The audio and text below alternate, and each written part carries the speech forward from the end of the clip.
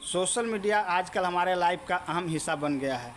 हर घर में देखिए मोबाइल है, टीवी है, न्यूज़ देखते हैं, लोग सुनते हैं, मनोरंजन के लिए देखते हैं, क्रिकेट देखते हैं, न जाने कितने कितने चैनलों पर अपने मनोरंजन की सामग्री वहाँ पर उपलब्ध है, देखते हैं लोग। और पढ़ने वाले युवा लोग उससे सीखते भी हैं। जिसको मन नहीं लगता वो मोबाइल खोल कर बैठ जाते हैं, वीडियो देखते हैं, मनोरंजन पूर्ण वीडियो देखते हैं, टाइम पास करते हैं।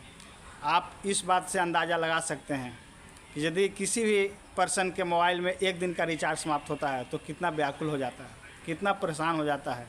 उसको लगता है अपने लाइफ का बहुत ही कीमती कुछ चीज़ खो दिया है, उसको थोड़ा सा भी मन नहीं लगता है। और कल्पना कीजिए उन दिनों की जब हमारे पास कोई फ़ोन नहीं रहा करता था। 2, 4, 5 गाँवों के बीच एक टेलीफोन हुआ करता था और 10-10 गांव के बीच में एक बूथ हुआ करता था जहां पर लोग जाते थे। यदि किसी अति इमरजेंसी है तो वहां पर जाकर अपनों से संपर्क करते थे, बात करते थे। और नहीं तो फिर वही घिसी पिटी लेटर लिखिए और 8 दिन 10 दिन में वो आपके पहचान वाले जान वाले के पास मिलेगा, फिर वो लिखते थे, हम लोग को मिलता था। लेकिन अभी अब समय चेंज हो गया है। अब पल पल पर हमें सोशल मीडिया मार्गदर्शन करने के लिए तैयार है। लेकिन इस भौतिकवादी युग में, इस विकसित भारत के युग में हम कुछ ऐसे कदम भी उठा लेते हैं जो सुर्खियाँ बटोरते हैं और कुछ परेशानी में भी हमें डालते हैं। आज इसी तरह के एक सोशल मीडिया पर मैं चर्चा करने आया हूँ। वो है सोशल मीडिया पर फ्रेंडशिप बनाना, चाहे वो स्नैपचैट हो, इंस्टाग्राम हो, फेसबुक हो, गूगल हो, जैसे भी हो, लोग एक दूसरे से जुड़ते हैं, जुड़ कर धीरे धीरे फ्रेंडशिप बनाते हैं, एक दूसरे के फ्रेंड से फिर आगे बढ़ते हैं, अंतरंग संबंधों की उस पर चर्चा करते हैं, फिर न्यूड वीडियो कॉल तक पहुंच जाता है। कितने में तो ये लव मैरिज और लव अफेयर, लव ट्रायंगल को भी जन्म देता है। दोस्तों, आज एक हवा बन गया है फ्रेंडशिप बनाने का, चाहे वो इंस्टाग्राम हो, चाहे वो फेसबुक हो, सोशल मीडिया का कोई भी प्लेटफॉर्म हो जिस पर यह सुविधा उपलब्ध है। लोग फ्रेंडशिप बनाने के लिए, फ्रेंड बनाने के लिए व्याकुल रहते हैं। अपने आसपास गांव घर समाज से मुंह मोड़ लेंगे, लेकिन फेसबुक पर तुरंत फ्रेंडशिप भेजेंगे, फ्रेंड रिक्वेस्ट भेजते हैं और फ्रेंडशिप बनाते हैं। दोस्तों, आजकल लोग चैट भी करते हैं और चैट में कभी कभी जो नहीं करना चाहिए वो सारी हदें पार कर देते हैं। आज अक्सर हमारे संबंध को, यानी मैरिटल मोमेंट को भी बनाने का काम करता है सोशल मीडिया। हमें लड़के लड़की ढूंढता है। हमें यदि लड़का चाहिए तो सोशल मीडिया के जरिए मिल जाता है। हमें यदि शादी के लिए लड़की चाहिए तो सोशल मीडिया के जरिए मिल जाता है। और तो ऐसे बहुत कुछ मिलता है। लेकिन अभी मैं सिर्फ यही बात कर रहा हूँ कि एक लड़का या एक लड़की या एक मैन पर्सन या एक वुमेन पर्सन कभी कभी इस फ्रेंडशिप में इतना आगे निकल जाते हैं तो आत्मघाती साबित होता है। आपने देखा होगा, आपने सुना होगा, अक्सर ऐसे समाचार सुनने के लिए मिलते हैं कि फेसबुक पर दोस्ती हुआ, इंस्टाग्राम पर दोस्ती हुआ, बाद में उसको से मिलने गया, वहाँ पर उसका कत्ल हो गया, उसको बंधक बना लिया गया, उसको हाथ पर तोड़ दिया गया, उसका मर्डर कर दिया गया। दोस्तों, आज ऐसा ही एक कहानी लेकर मैं आया हूँ।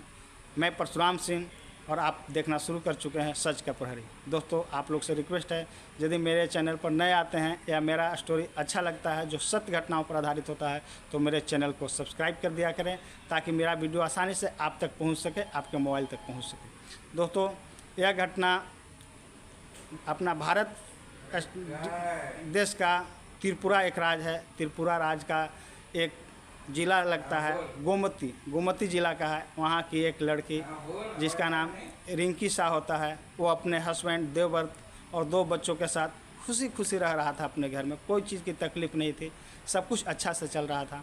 लेकिन आज से 2 साल पहले करीब एक लड़का से उसका दोस्ती होता है, स्नैपचैट के जरिए वो दोस्ती होता है। वह लड़का मध्य प्रदेश के विदिशा ज़िले का एक गांव का रहने वाला होता है। वहाँ पर उन लोग की दोनों की स्नैपचैट के जरिए दोस्ती होती है।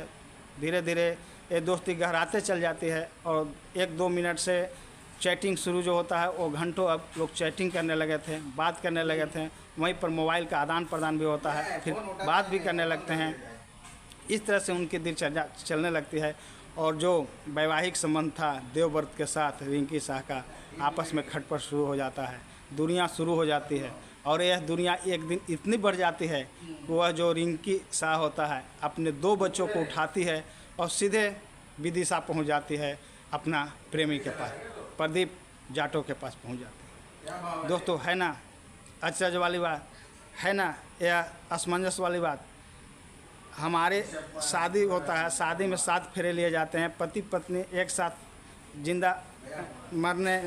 जीवित रहने मरने जीने की कस्में खाते हैं, उनके बच्चे होते हैं और हम झटके में अपने मैरिटल संबंध को तोड़ देते हैं। यह अपने आप में एक परेशान करने वाली बात है, चिंताजनक विषय है। दोस्तों, मैं इस स्टोरी के माध्यम से आप लोग को कहना चाहता हूं कि जब कोई मदर या पेरेंट्स इस संबंध को तोड़ता है, जो शादी का बंधन होता है उसको बंधन को तोड़ता है, अब जब तोड़ने के बाद उनके जो बच्चे जन्म लेते हैं उनके ऊपर कितना प्रभाव पड़ता है।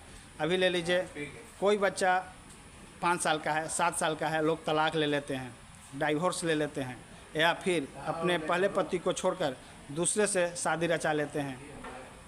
आप कल्पना कर सकते हैं उन बच्चों की मानसिक स्थिति कैसी होती है, उनको किन किन प्रताड़ना यातनाओं का सामना करना पड़ता है। आप इसको करीब से महसूस करते हैं। जो बच्चा दुनिया देखा नहीं है, 5 साल, 6 साल, 7 साल, 4 साल, 2 साल का है, उससे उसका माँ अलग होता है और जाकर दूसरे से शादी कर लेता है, उससे उसका बाप अलग होकर दूसरे से शादी कर लेता है। कितना चिंताजनक विषय है। हम अपने ऐश मौज के लिए तो झटकों में अपने वैवाहिक संबंधों को तोड़ लेते हैं। जिस पुरुष के साथ महिला या जिस महिला के साथ पुरुष 7 जन्मों तक 7 फेरे लेते हैं अग्नि का साक्षी मानकर, वो थोड़ा सा लटके झटके में पड़कर और भौतिकवादी सुख सुविधा की कमी बेसी में पड़कर अपने वैवाहिक जीवन को तोड़ देते हैं। जो आज से कुछ साल पहले जो लड़का लड़की को अच्छा लगता था और जो लड़की लड़का को अच्छा लगता था, अब कांटों की तरह एक दूसरे को चुभने लगते हैं और फिर वहाँ पर नज़र तीसरी तरफ उठती है और वो होता है लव ट्रायंगल। लव ट्रायंगल में न जाने आज कितनी घटनाएं हो रही है। अभी आपने देखते होंगे, सुनते होंगे, सोशल मीडिया के जरिए कितने फ्रेंडशिप होता है, फिर वो लव तक पहुंचता है। लव के पास जब लड़की भाग कर लड़के के पास जाता है या लड़का भाग कर लड़की के पास आता है तो उसका वहाँ पर हत्या करा दी जाती है, उसको बंधक बना लिया जाता है, उसका शोषण किया जाता है। ऐसे घटनाएं आम बात है। लेकिन फिर भी आज का युवा इस ओर कदम बढ़ाने से नहीं चूकते हैं और मौका मिलते ही सोशल मीडिया पर फ्रेंडशिप करते हैं और फ्रेंडशिप के बाद अपने लव को प्रमाण करते हैं। उसमें से कितने लव तो सक्सेस भी होता है और शादी तक पहुंचता है।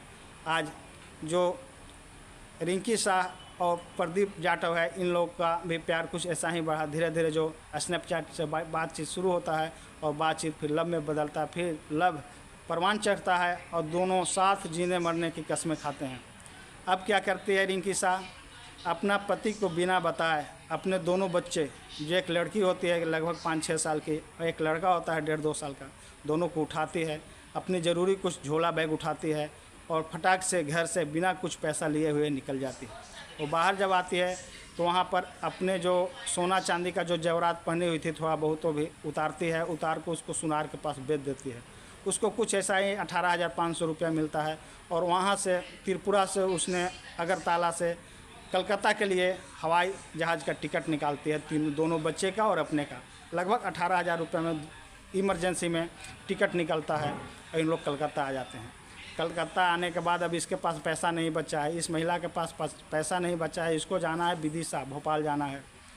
अब करे तो क्या करे, इसने मालगाड़ी में बैठ जाता है। आप सोच सकते हैं वो महिला अकेली, 2 बच्चे, बीच में किसी अनहोनी का भी खतरा है, शायद हुआ या नहीं हुआ परमात्मा जानते हैं। वो मालगाड़ी में बैठ जाती है अपने अबोध बच्चों को लेकर। अब कल्पना कर सकते हैं उसको रास्ते में प्यास लगा होगा, भूख लगा होगा, और भी बहुत तरह के प्रॉब्लम होते हैं, लैट्रिन बाथरूम बहुत तरह के प्रॉब्लम होता है। और उसमें वो बेचारी लेडीज़ अकेली प्यार को परवान चढ़ाने के लिए कितना कष्ट उन बच्चों को भी हुआ होगा, और लेकर 2 दिन का सफ़र भूखे प्यासे करके वो विदिशा पहुंच जाती है, भोपाल पहुंचती है, उसके बाद विदिशा जाती है। वहाँ पर उसको उसका प्रेमी मिलता है प्रदीप जाटव, उसको अपने घर लेके जाता है, दोनों खुश हो जाते हैं। 2 प्रेमी जोड़े जो अभी तक वीडियो कॉल के ज़रिए बात करते थे, स्नैपचैट के ज़रिए बात करते थे, आज एक दूसरे के सामने थे, एक दूसरे के आंखों के सामने थे। उनके उस प्यार का कल्पना करना यहाँ पर मुनासिब नहीं है, वो बहुत खुश थे। उसके बाद दूसरे दिन उन लोग जाके आर्य समाज मंदिर में शादी भी कर लेते हैं। और वह युवक जो प्रदीप जाटो था, विदिशा का रहने वाला था, वह उन दोनों बच्चों के साथ उस महिला को अपना लेता है। इधर जब उसके पति जो होता है देवव्रत शाह, जो त्रिपुरा में रहते हैं, उनको जब पता चलता है कि हमारी बीवी तो घर में है ही नहीं, बच्चे तो है ही नहीं, भाग गए हैं, तो गुमशुदगी का रिपोर्ट वहाँ के थाने में जाकर दर्ज करवाता है। पुलिस ढूंढते ढूंढते, मोबाइल का लोकेशन चेक करते करते वो पहुँच जाता है विदिशा। और जब यहाँ पर आता है तो महिला साफ इनकार कर देती है और बोलती है, मुझे कोई बरगला कर नहीं लाया है, मैं भाग कर नहीं आया हूँ, मुझे कोई ज़बरदस्ती करके नहीं आया, मैं अपनी स्वेच्छा से आया हूँ और मुझे यहाँ किसी ने जोर ज़बरदस्ती नहीं किया है। मैं स्वेच्छा से उस आदमी को छोड़ना चाहता हूँ जिसके साथ मैं शादी किया था, देवव्रत शाह को छोड़कर मैं इस नए प्रेमी के साथ अपना लाइफ शुरू करना चाहता हूँ और इसी के साथ मैं जीऊँगा और इसी के साथ मरूँगा। मैं अपनी मर्ज़ी से यहाँ पर आया हूँ, मुझे कोई नहीं बरगलाया है, न मेरे के साथ धोखा हुआ है, न मेरे साथ छल प्रपंच हुआ है। ऐसा जाकर वो अपने पास के पुलिस चौकी, जो विदिशा पुलिस स्टेशन होता है, वहाँ पर बताती है। और जब त्रिपुरा के पुलिस आते हैं वहाँ से ढूंढते ढूंढते इसको, तो पुलिस के सामने भी वो यही बयान देती है। अब पुलिस विवश हो जाती है। फिर अब यहाँ से उसके पति देवव्रत शाह को फ़ोन किया जाता है, देवव्रत शाह भी आता है। और जब देवव्रत शाह के सामने मुंह पर भी पत्नी यही बात बोलती है, तो फिर पति करेगा क्या?